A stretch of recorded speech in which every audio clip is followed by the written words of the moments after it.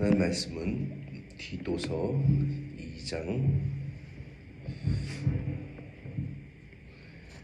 11절부터 15절 말씀 보겠습니다.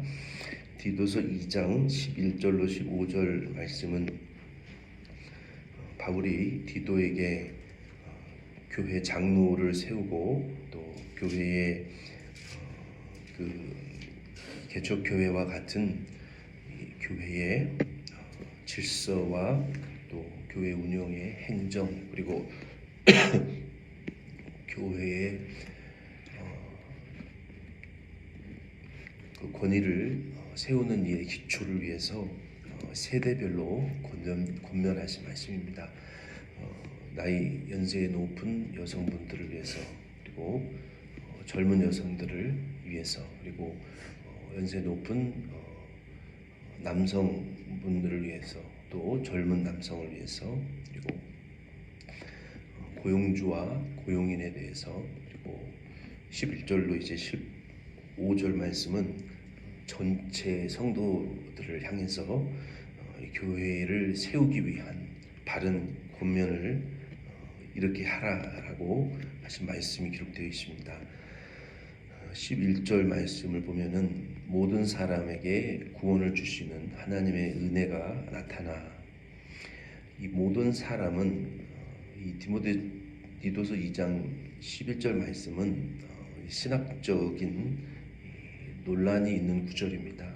많은 신학자들은 이 모든 사람을 택자와 불택자를 다 포함해서 말씀하신 거다라고 하는 그 유니버설리즘, 누구나 다 구원을 받는다. 그러니까 만민 그 구원론, 유니버설리즘을 주장하는 분들이 있습니다. 그러나 그것은 성경의 근거에서는 올바른 해석은 아니에요. 여기 모든 사람이라는 것은 헬라어 원어에 보면은 안드로포스라고 인간, 그러니까 영과 지정의를 가진 우리의 그 육체와 정신과 영혼을 가진 죄인이든 이 구원받지 못한 사람이든 그 모든 이 안드로포스를 의미하는 것은 맞습니다. 여기서 모든 죄인이라고 해석하는 것이 맞고요. 이 모든 죄인인 사람을 의미한다라고 볼 수 있어요. 그래서 사람이 죄인이라는 것을 인정하는 것과 그냥 우리가 마블 영화에 나오는 히어로들이나 어떤 뉴에이지들이 주장하는 그런 초인류, 요즘 인도의 명상이 뉴에이지가 다시 엄청나게 유행을 하고 있는데 이 마블에 만들어지는 모든 캐릭터는 그 뉴에이지와 사이언스 릴리전 그 이단들을 바탕으로 해서 만들어지는 것들이 많습니다. 그래서 인간이 죄인이 아니라 자연 만물과 하나가 되어지게 되면 초자연적인 히어로와 영웅이 되어질 수 있고 영원히 죽지 않는 불멸의 존재가 인간이 될 수 있다라고 가리키는 것이 유교 사상에서는 신선, 도 사상이고 동양에서는 그리고 서양에서는 이 뉴에이지 그리고 사이언스 릴리전이 가리키는 바가 바로 그와 같은 내용인데 성경은 모든 사람을 가리켜서 죄인이다라고 말하고 있어요. 그러나 다른 종교에서는 사람이 죄인이 아니다라고 가리키고 있어요. 그래서 모든 사람을 구원하신다라고 하시는 것은 모든 죄인을 가리키는 거예요. 그래서 이거에는 큰 차이가 있습니다. 사람이 죄인이라고 인정하느냐, 죄인이라고 인정하지 않느냐에는 굉장한 차이가 있는 거예요. 그래서 모든 사람은 이 죄인을 의미하는 거예요. 모든 사람에게 구원을 주신다라고 하신 것은 여기서 구원은 예수 그리스도를 의미하는 것입니다. 복음을 의미하는 것이죠. 그리고 예수 그리스도를 믿는 사람을 의미하는 거예요. 그러니까 누구든지 예수 그리스도의 복음을 믿는 죄인은 하나님 구원하신다. 이렇게 해석해야 옳은 이 신학적인 교리적인 해석이 되는 거예요. 그런데 사람이 죄인이 아니다라는 것을 전제로 해서 모든 사람이 구원받는다라고 하면 거기는 복음도 필요 없고 제사함도 필요 없다라는 거예요. 그래서 여기 모든 사람이라는 것은 모든 죄인 사람들이 복음이신 그리스도 예수를 믿으면 그 복음을 통해서 구원을 받을 수 있다. 하나님께서 주신 그 믿음을 통해서 구원을 주신다. 이런 의미로 우리가 해석하는 것이 맞고, 여기 은혜라는 것은 카리스라고 했어요. 이 카리스는 원어의 의미는 이 친절함, 그 호의를 베푸는 친절함, 그 호의, 이런 의미예요. 그래서 하나님의 죄인들에게 은혜를 베푸시는 그 친절함, 호의를 베푸시는 그 호의의 행위, 그것을 은혜, 카리스, 그레이스라고 우리가 말하는 거예요. 그래서 하나님께서 이렇게 모든 죄인 사람에게 복음을 우리 예수 그리스도를 주셔서 그 예수 그리스도를 통해서 우리가 구원받게 하시는, 그 믿음을 주셔서 구원받게 하시는 그 카리스, 그 은혜를 베풀어 주시는 그 하나님의 그 호의의 은혜의 행위를 여기 11절은 말하고 있는 거예요. 성경은 이 은혜에 대해서 이 두 가지를 더 우리에게 말하고 있어요. 로마서 8장 30절에 보면은, 그리고 사도행전 13장 48절에 보면은 택자가 있고 불택자가 있다. 이것을 분명히 가르치고 있어요. 근데 우리가 여기 모든 사람이라고 그러지 않았냐? 모든 사람에게 구원을 주시는 은혜라고 하지 않았느냐? 그래서 모든 사람이 택자 불택자가 상관없이 구원받는다라는 이 유니버설 셀베이션, 유니버설리즘을 가리키는 자들은 이 로마서 8장 30절에 위배되는 자들이에요. 왜냐하면 하나님께서는 미리 정하신 그들을 부르신다라고 말하고 있어요. 그러니까 하나님께서 미리 예정하신 택자들을 하나님은 부르시고, 이것이 우리가 성경대로 하나님을 믿는 올바른 믿음입니다. 왜 하나님 그렇게 하시느냐? 그건 우리가 하나님께 뭐라고 할 수가 없어요. 창조주 하나님이 뜻대로 하시는 거기 때문에 우리가 피조물이 창조주 하나님께 그것을 따질 수는 없다고 말씀했어요. 그리고 사도행전 13장 48절에 보면은 영생을 얻기로 작정된 자는 다 믿더라 라고 말씀하시는 구절을 보면은 분명히 하나님께서는 택한 자가 있고 불택자가, 택하지 않은, 택한 자는 다 영생을 얻고 천국에 가는 것이고, 택함을 받지 못한 자는 다 지옥 가는 거예요. 이것은 분명한 성경의 신학이고 교리예요. 그래서 우리는 이것을 믿고 따라야 돼요. 그 뜻을 우리가 거스릴 수는 없어요. 이것이 모든 사람에 대한 하나님의 섭리와 예정이고, 그리고 마태복음 두 번째 마태복음 5장 44절로 45절 말씀에 보면은 나는 너희에게 이르노니 너희 원수를 사랑하며 너희를 박해하는 자를 위하여 기도하라. 이같이 한즉 하늘에 계신 너희 아버지의 아들이 되리니 이는 하나님이 그 해를 악인과 선인에게 비추시며 비를 의로운 자와 불의한 자에게 내려 주심이라. 하나님께서는 택자와 불택자를 분명히 정해 놓으셨는데, 근데 하나님의 사랑은 놀랍게도 그들에게 지금 동일한 은혜의 햇볕을 비를 주신다라고 성경은 말하고 있어요.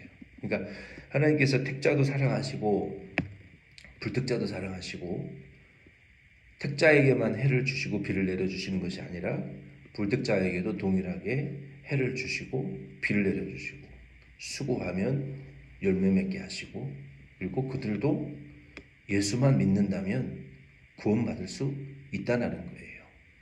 이것은 정통신학의 입장입니다. 불택자도 사랑하시는데 그들도 예수를 믿으면 구원받을 수 있다는 거예요. 근데 불택자들은 성경에 보면 믿을 기회가 왔는데도 믿지 못한다는 거예요. 가룟 유다와 같은 경우도 그렇고. 그래서 이 두 가지의 입장을 우리는 분명히 다 가지고 계셔야 돼요.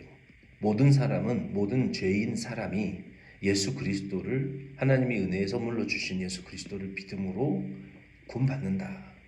그런 의미이지 죄인이 아닌 사람도 구원받을 수 있다는 의미는 아니다.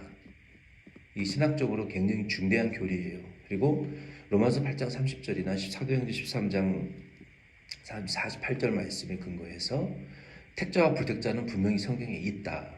그러나 하나님은 택자와 불택자를 동일하게 사랑하시고 동일하게 구원받을 기회를 주시고 동일한 은혜의 혜택을 이 땅에 사는 동안 베풀고 계신다.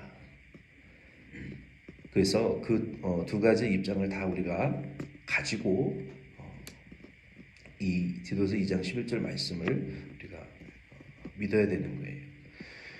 하나님께서 저와 여러분들을 이제 택자로 예정하셨고 우리를 택하셨는데 10절로 13절 말씀에 보면은 그 전반적인 포괄적인 두 가지의 목적을 기록하고 있어요. 10절로 14절에 보면은 세 가지를 기록하고 있어요. 먼저 12절 말씀에 보면은 하나님이 우리를 구원하신 첫 번째 목적은 양육하기 위함이다라고 말씀하셨어요. 이 양육이라는 것은 헬라어로 파이듀오라는 것은 어린아이 옆에 앉아서 어린아이 옆에서 어린아이를 가르치고 교육하고 습관을 들이다, 그런 의미가 있어요. 그러니까 파이듀오, 양육이라는 것은 어린아이와 같이 그 사람의 옆에 앉아서 그 사람을 가르치고 교육하고 혹은 또 책망도 하고 그리고 그 단계에 이르도록 습관이 될 때까지 양육하는 그런 의미가 있는 거예요. 12절에 보면은 우리를 양육하시되 경건하지 않은 것과 이 세상 정욕을 다 버리고 신중함과 의로움과 경건함으로 이 세상에 살고, 하나님께서 우리를 구원하신 이후에 우리를 양육하시는데 어떤 것을 우리가 습관을 들이도록 훈련하고 교육하시냐면 노라고 말해야 될 것에 대해서 노라고 할 수 있을 때까지 우리가 양육되어질 수 있도록 우리를 교육하고 훈련시키고 습관 들이신다라고 말씀하셨어요. 영어 성경에 보면은 no, say no to ungodliness and worldly passions and to live self-controlled, upright and godly lives in this present age. 우리가 이 세상을 살아가는 동안 no라고 해야 될 것들이 있고 yes라고 해야 될 것들이 있어요. 옳다 아니다 예 아니요 하라고 하셨어요. 예수님께서도. 우리가 이 세상을 살아가면서 내 스스로 이 신앙의 양심이 성장해가지고 노라고 해야 될 것들에 대해서 노라고 할 수 있도록 양육을 받아야 돼요.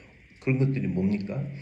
경건하지 않은 것, 또 이 세상 정욕을 우리가 다 버리는 것들에 대해서, 그리고 신중한 것들에 대해서, 의로움과 경건한 것들에 대해서 노라고 해야 될 것은 노라고 해야 되고, 신중함과 의로움과 경건함을 추구하지 못하는 것들에 대해서 노라고 할 수 있는 그런 영적인 양육과 성장이 우리 안에 일어나게 하기 위해서, 만들어지게 하기 위해서 하나님이 우리를 구원하셨다는 거예요. 그러니까 우리가 구원받은 다음에는 이제 양육을 받아야 되고 성숙해야 돼요. 그 구원받은 다음에 끝나는 것이 아니라 내 스스로 의지와 열정을 가지고 하나님 싫어하시는 일에 대해서 가감하게 내가 손해를 보면서라도 내 유익이 안 될지라도 노하고 돌아설 수 있는 이 의지력이 있는 이 강인한 믿음이 있는 자로 우리가 양육받아야 된다는 거예요. 두 번째는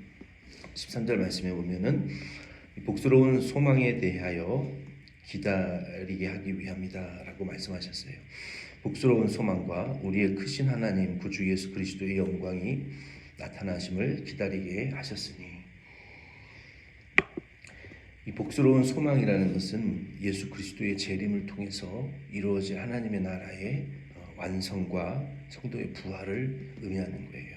우리가 이 구원받은 이후에는 이것이 우리에게 복스러운 소망이 되어야 됩니다. 그래서 이 하나님의 예수 그리스도의 재림과 하나님 나라의 완성이 그리고 성도의 부활이 있는 것을 우리가 믿고 인내하고 우리가 이 세상에서 기대하면서 준비하는 그러한 삶을 살기 위해서 우리를 구원하셨다는 거예요. 세 번째는 14절에 보면 선한 일에 열심히 하는 자기 백성이 되게 하기 위하여 우리를 구원하셨다라고 말씀하셨어요.